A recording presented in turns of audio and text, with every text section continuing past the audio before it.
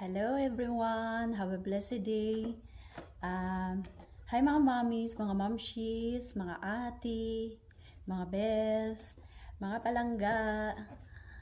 Good morning, good morning. May ipakilala ako sa inyo dito na product. Pakilala, introduce. Yung sa mga mahilig magkulot-kulot ng buhok. Charang! Ito, maganda to para sa inyo mga bes. Ayan, maganda to. Yung mga mahilig magkulot-kulot, ito yung sponge hair rollers. Maganda to siya, na-try na namin. Tas ano siya, hindi masakit sa ulo pag nilalagay nyo kahit sa gabi kayo nagkulot, tas kinabukasan nyo natanggalin kasi para siyang foam. Kaya nga sponge hair rollers ang nakapangalan. Kasi ano siya, talagang rubberized siya. Tapos isa pa, kakaganda nitong product na to. Kasi may ano siya sa gitna, parang may tip siya na magho-hold sa hair para hindi matanggal. Lalo na pag yung hair natin shiny. Yan, maganda to gagamitin kasi para siyang yung kinakain yung hair dito sa gitna, tas niro-roll mo, hindi talaga siya matanggal. Kaya maganda to siya gamitin.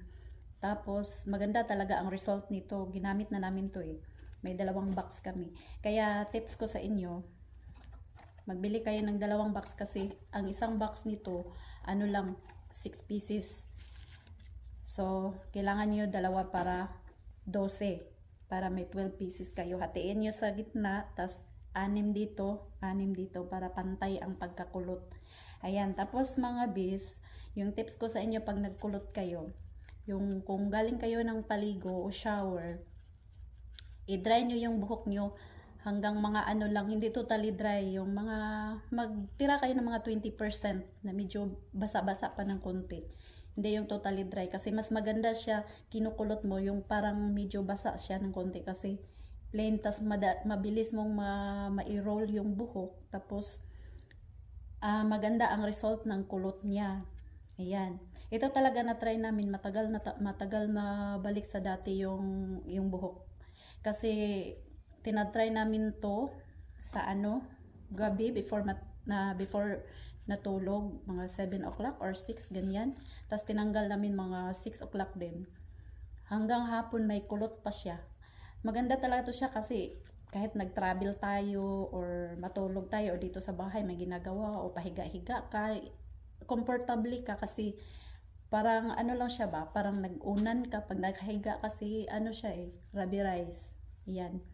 Kaya sa mga mahilig magkulot dyan, kaya ito na yung maganda kasi mabilis siya gamitin tapos comfortably. Tapos ang isa pang ikakaganda nito mga bes, kasi may pa, ito may lock. Ayan, nakadikit na yung lock niya. So, pag gagamitin natin, open lang natin. Very easy. Tapos, roll natin yung buhok. Tapos, ilalak.